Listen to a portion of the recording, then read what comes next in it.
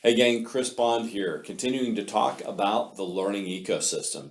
Today's topic, learning experience platforms. Some people call them an LXP. I'm seeing some people call them an LEP.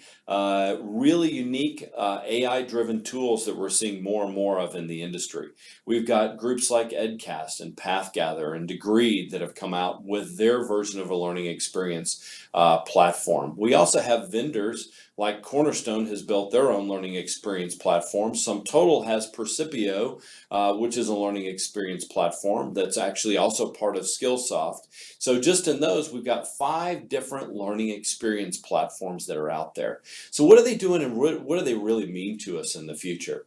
I think the idea is quite incredible that we want to take an AI engine to go grasp a lot of data and information and content and context around learning activities, and we want to be able to guide and recommend. So in Cornerstone's LXP, the entire environment is really kind of Netflix-like in terms of the recommendation and the user experience, but there's a lot of detail behind that that's beginning to recommend and provide guidance that can even help us drive into career paths. So we look at EdCast, which is a product that was originally developed inside some Stanford labs, and what they're doing inside that platform is kind of Netflix-like, but the AI engine is taking lots of data and really filtering and trying to gather a lot of information outside of the standard corporate learning environment. Now, all of these LXPs or LEPs are doing things that are very, very similar. There's a little bit of uniqueness depending on what the platform is, such as PathGather. PathGather is very, very focused on career pathing and how do we drive those activities, where Degreed is much more in a consumer type model and environment where they're really looking at the individual specifically as the real impact point. I always feel that you've got to balance the needs of the business with the desires of the learner, and so we've got to focus on which of these platforms actually work very well for us. And then finally on SumTotal and Percipio, it's really focused on how do we do some extreme delivery around some of the Skillsoft content and how does that play in as well. But none of these platforms are restrictive.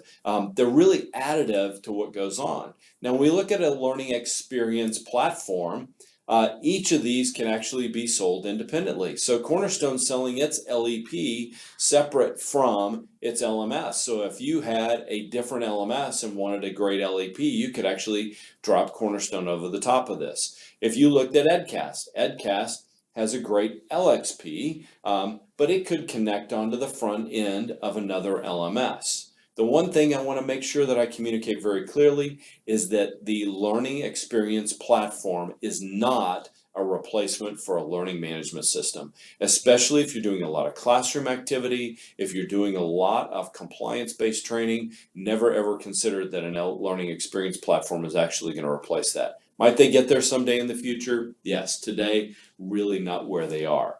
So, a couple of key elements that I want to drive in that are difficulties that we begin to see in terms of people's concepts around these platforms is the fact that content curation, taxonomies around content become very, very critical. We have to be smart at helping to teach these AI engines how to think for our audiences. So don't think that an AI platform is just going to come in, it's going to take over, and now I've got all my content problems solved.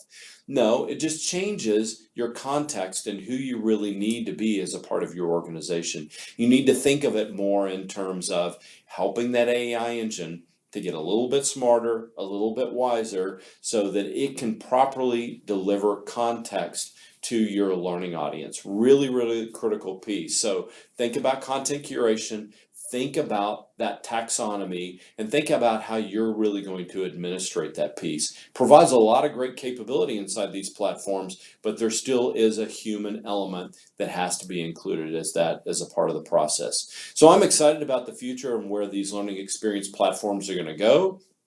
is one of those things that I think that we're going to learn and we're going to discover together. So I'd love a lot of your comments and feedback on what we're doing and what we're seeing. We're going to begin providing more and more reviews on our website of the learning experience platforms, how they're impacting overall user experience, but then also how they're impacting the rest of the Blue Water Center of Excellence around content administration technology, process data and reporting, because all those impact points come together to really begin to find in a learning ecosystem a great environment for you to be able to operate in the future.